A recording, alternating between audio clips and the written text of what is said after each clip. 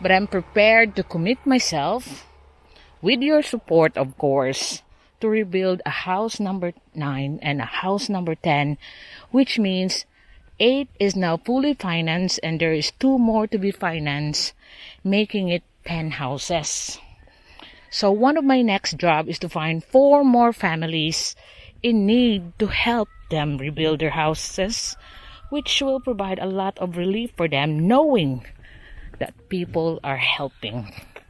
Since I'm building Norman a house of concrete, I think with your help, I would love this to be metal trusses and metal roofs, so make it all strong for Norman and his family.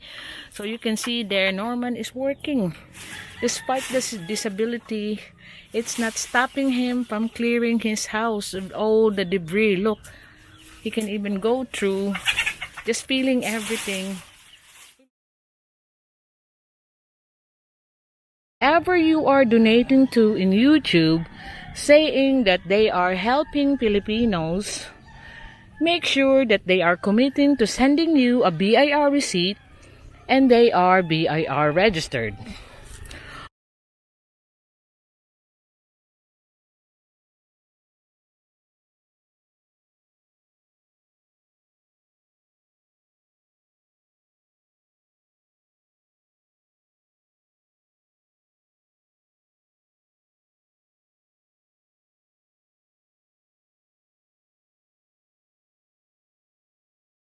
I'll be checking on the progress of the 6 houses project I have.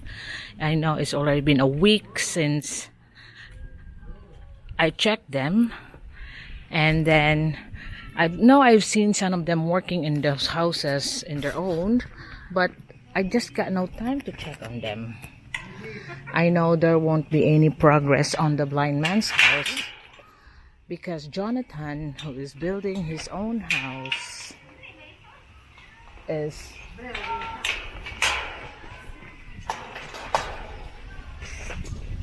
we're waiting for Jonathan to build his own house before we can start the blind man's house. This is the good thing, it's just down the road. So house number 1 is Jonathan and Susan's.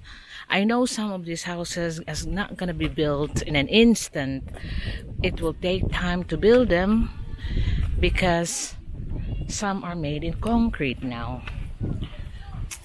But what does happen in an instant is people will felt relief that there are people helping them, knowing that the materials are going to be purchased for them. It will create a lot of relief for the families, knowing that people are helping them.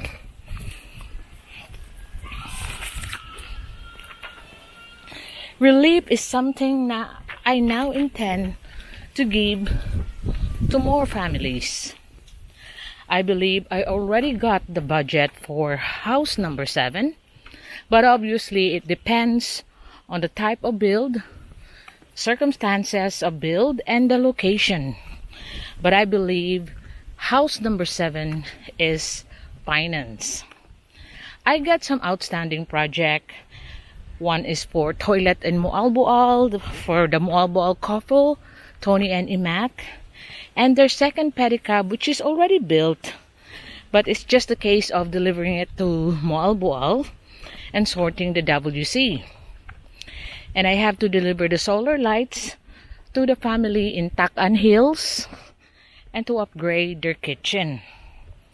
I also have to sort sewing machine for Haley, but she is in the province looking after her mother and she don't even know if she has a house to come back to. And I still have more building works on Tammy's house, the retaining wall, and sort out a little party for Christine which was pending due to the storm. And in fact, you can feel it right now that we are having another storm coming as reported. But hopefully it won't become a typhoon. The finishing touches of the last few projects and all the money been budgeted to finish finish all this project. But the board of the charity have decided to reallocate these funds and provide relief to a family. So we can now tell you that we will be able to help to rebuild their house, which will be house number 8.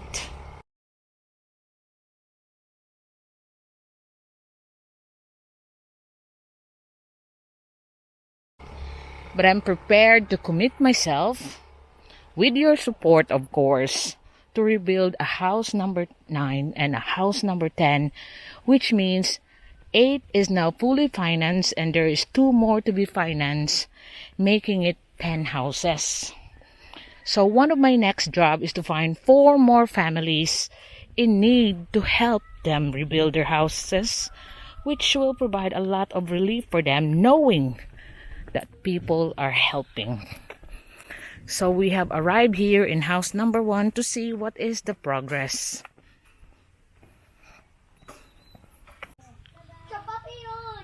So this is the progress of Jonathan and Susan's house. Jonathan just makes sure that the roof will be installed. And the problem like we had, I have mentioned before, that there is no wood available because of there's no electric. But hopefully when I pass by to the Gemini hardware, since they are already lit up in that side, they are starting to cut off some of their wood, because this is the problem of Jonathan, is the 2x2 wood for the walls. And then he told me that he can start the blind man's house, so I have to order the materials of the blind man's house, and he can finish all the wallings on this one. As long as the family have roof on their head, they will be okay. So he just want to earn for them as well. And since this is only walls, he can do this in the afternoon. You can see him up there cutting all the bamboos to be used as bracing. So the important thing, which is the roof, is already done by Jonathan, and it's also making their place bigger. Sige, muhapit ko ron dito sa Gemini tan, kayo order ka to imong order nga kahoy tan. So I'll have to drop by Gemini to check on the wood that's needed for the bracing of the flooring and bracing of the wall. So their toilet will be on the back. That's what they're intending to, with the hollow blocks that's here on the side. This is for the septic tank, and we will be building up that toilet on the back.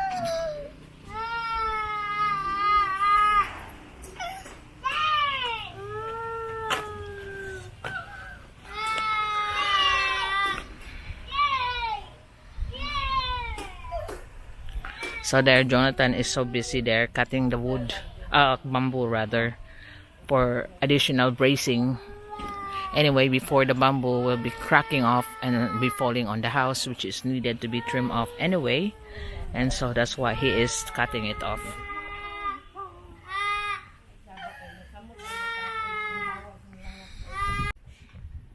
So this is house number 2, Freddys House, and you can see that he has started piling on the side of his bedroom and on the side of the other house, so they can use this side as well, making it bigger. So this will be all elevated because they have started to put in earth. So this will be on this kanitanan the same level na ani Fred, the same level as this one, because as you know, only this one is cemented, but with your help, it's now gonna be a square house. Pila na sukod ani Fred, og mahuman ka ani? Kini ma'am kay 14. 14 feet og 14 ba? Oo. 14 og 8. 8 feet by 6 feet house.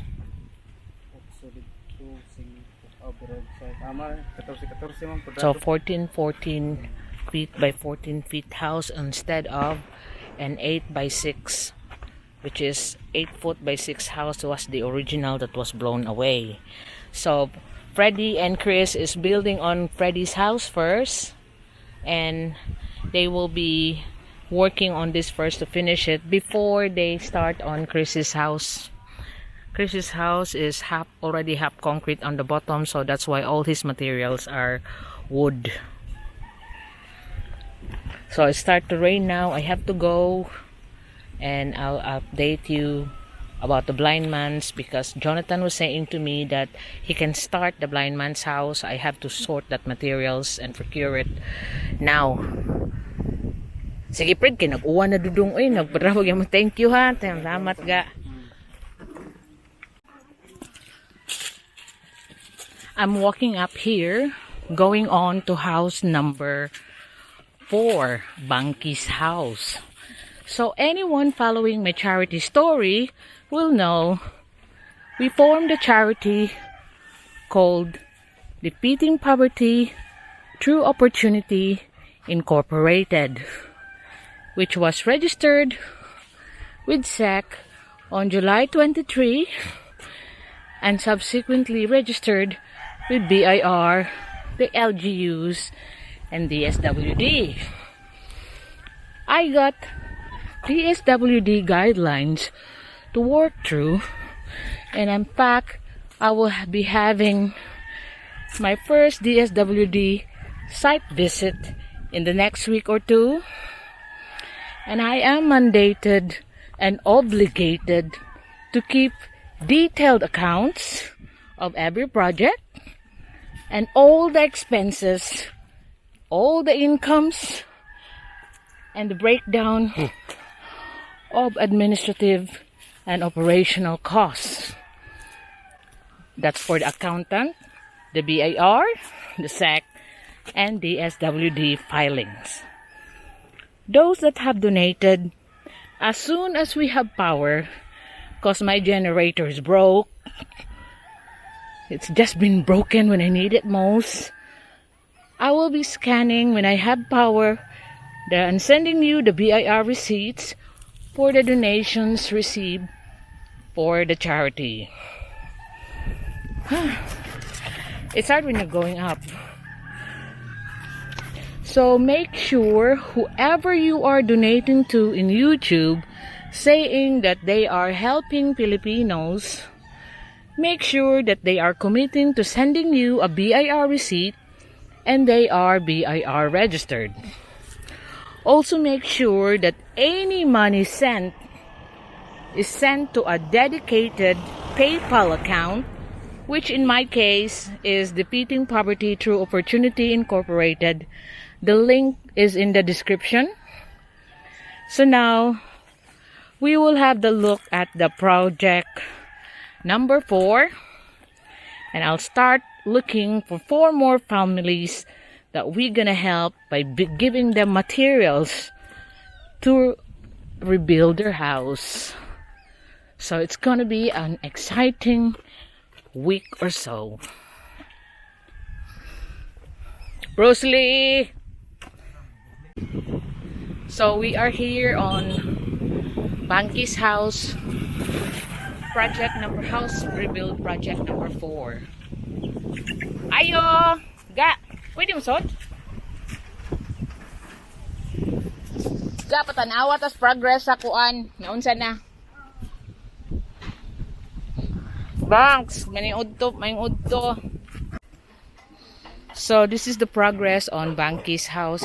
He's the only one working on this, and wife and his daughter is helping him. They're mixing the cement and sand, while Banky is the one filing the blocks. This is their kitchen area, which was totally destroyed, and then he's working from the kitchen towards the interior of the house, since he's only working this by himself.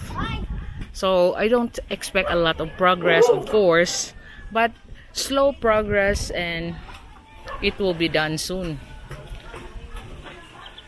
So donors, thank you so much, and I'll be looking for 4 more families to help around here in the mountain barangays of Cebu City. Ayaw ha. Nari na day.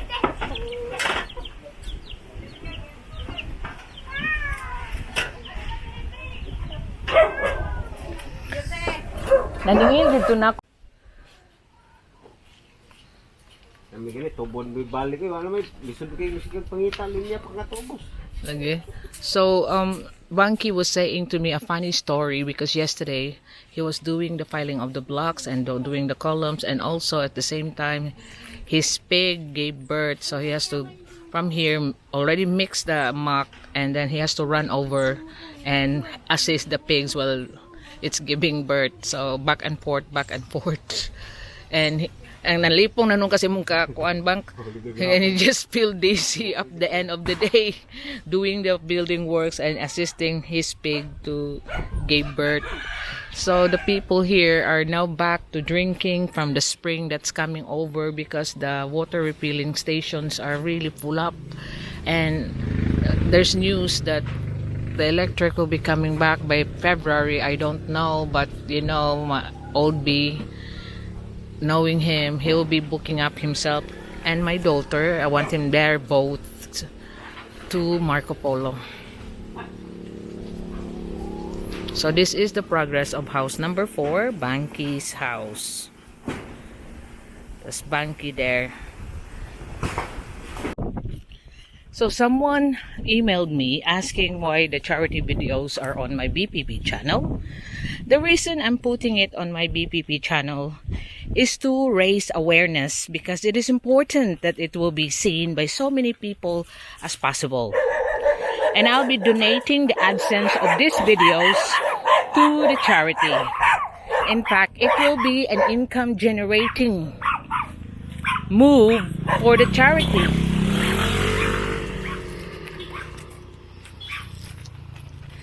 People do not realize by doing things legally, I am making things a lot harder for myself. I got a book of forms I now have to sign by people I feature on my videos to meet the DSWD requirements. That is why you won't see me lining up groups of children giving gifts or food, because I will need a form signed by the parents of all those children that will be put in a file in the office, ready for any government agency who wants to inspect. So, running a legal charity is like a peace of mind, but it's a lot of work, a lot of paperwork, a lot of red tape that I have to sort. But rest assured, Defeating Poverty Through Opportunity Incorporated is 100% legally registered. So I'm here in Norman's place for house number 5 and 6, and you can see that the hollow block has now been delivered. This is for Norman's house, 500 blocks, and I'm gonna go up here to where they are to tell them that tomorrow I'll be starting the construction of their place, because Jonathan is offering to start this.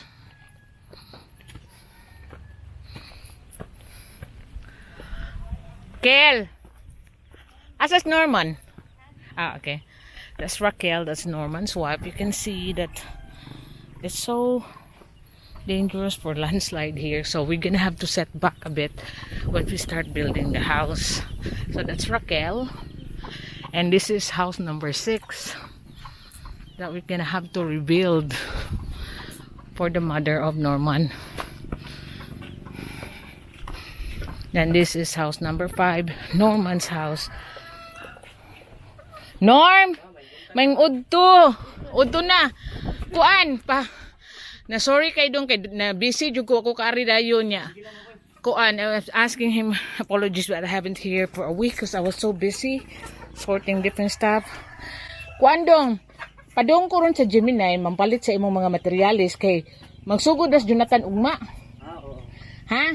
Sige, padong kay wala na ko palita tanan Norms kay unsay purpose og ditugdan. So, ingon si Jonathan, makasugod na siya ugma, palito na lang nako Norm. Okay, ako sa nighawa na di ma'am, naman pa sa diri para na lugar ba. Oh, lagi kun bitaw Kil. Kanang hawani na ninyo diha. Lagi. Sige Norm. Ha? Thank you kaayo, padung na ko ron sa Gemini ga. Then aroy ipahatod na to tong mga fuwang tanan kay magsugod na diri si Jonathan. Sige dong. Ha? Ilaha, ma'am. Wala pa, pero wa man ko'y kahoy, Kil. Nana, humanaman lang atop. Niya, makahigda naman sila. Ingon si Jonathan nga, magtrabaho na lang siya sa inyo ha, para na income. Unya, I said that Jonathan's house is already been done by the roof side and he wants to work here. So Norman's house can be sorted as well and he can work on his house in the afternoon after work. So unahon na lang kuno niya ibong hadong kay aron makahigda na gyud mo sa inyong balay kasi sila makahigda naman ga pero wala sila bongbong. Ya pwede na nila kahumanyag trabaho diri. Iyan ang matrabaho sa didto. So Jonathan can work on his house after working here. He just want to sort Norman's house first. Sige ga, ha? Thank you ha. Padung na ko sa Gemini. Aron koan. So I would, pa ako sa ding tanawon nga. Since I'm building Norman a house of concrete, I think with your help, I would love this to be metal. Metal trusses and metal roofs. So make it all strong for Norman and his family. So you can see there, Norman is working. Despite this disability, it's not stopping him from clearing his house of all the debris. Look, he can even go through, just feeling everything. Uy, mahug niya kas pang Norm, ha? Iya man ang gigamos ging dako lang kayo. Mo ba? Giligid na gitutol ako dito kay kuya may slide diri ba. So he just, bago pa niyang gigabas. Karon pa lang gid. He just finished sewing the big wood there on the side. Doing it manual sewing gigabas ga manual. Manual. Yeah, manual sewing by himself. Look, he just feel it. Sige Norm. Ato na kong. Okay, ma'am. Sige, salamat kay dong. Atong anong nagtrabaho sa Norman. So the man is just commendable. Despite the disability, it never stopped him from caring for his family. The man is working hard, so would he deserve our help? And donors, I would love this house to have the metal trusses. I want it to be safe and strong for Norman and his family. Look, he's just the one caring for them. All of this.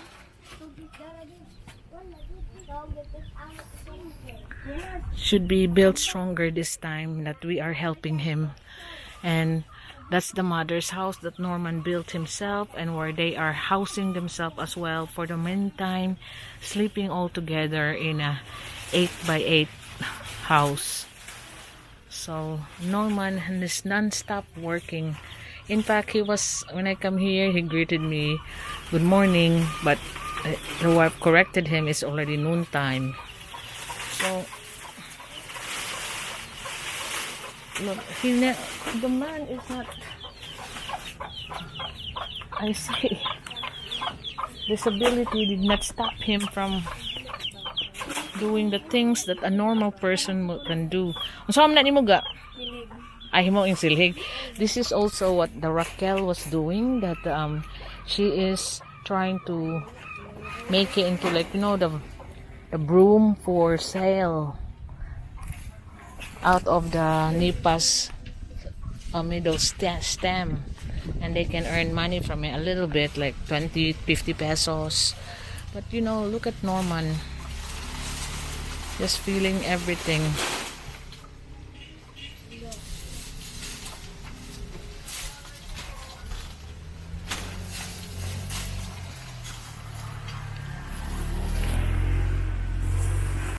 So even this way down the road has been done by Norman, slowly and slowly through months, so they can pass through.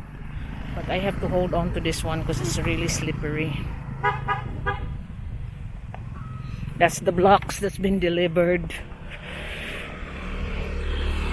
So we will be helping this family. They deserve to be having a safe and strong house, so this disaster won't really be repeated again and again. And the good thing is they own this land that we are building the house, so it's not be wasted attempt to build it strong like Tommy, nice and strong and painted, make it all safe and strong. That's the one I'm aiming for. So house number 5 and 6 on this area.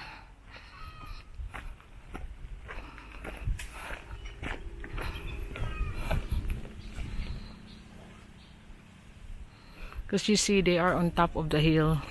And this is the road where I'm at.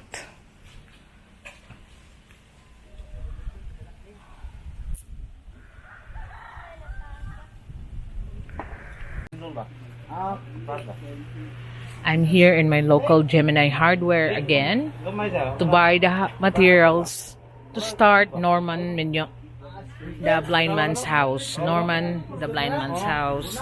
So Jonathan will be starting that tomorrow morning when the materials will be delivered. And so Jonathan said that he can just work on his house in the afternoon. So because he also wants to help Norman to have a shelter than waiting for so long. So here we go. House number 5, Norman the blind man, and house number 6, Norman's mother's house, and then the communal toilet that will be built to be shared by house number 5 and 6.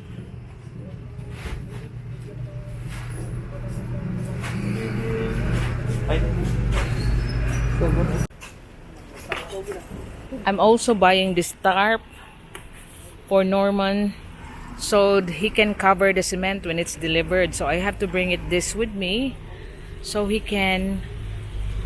the wife can prepare. 1, 5 meters of the stop. 2, 3, 4. Sakto? Sakto? So 5 meters enough that we will be giving this to Norman, so his wife will be prepared for this, like I said. And tomorrow we will start to build on Norman, the blind man's house.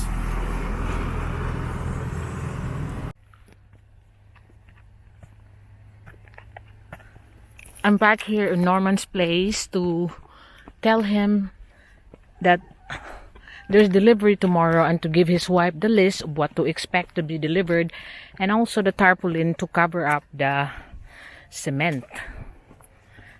Darang trapal ga ha? Norm! Akong gitagaan og lista si Raquel sa delivery og Norms. Para ma-double check mama. Oo, ma-double check niya ga. Unya, gipalitan ti kag trapal para itabon sa simento. Salamat kay mama. Inig-abot ga. Kung gina si Raquel nga ibutang og plywood. I told Raquel to put it on the plywood. Aron ang dili siya mabasa dahil Norma. Sige Norm. Nya adto ko. May pariun ako si Jonathan ugma. Sige, thank you. Thank you, Sad.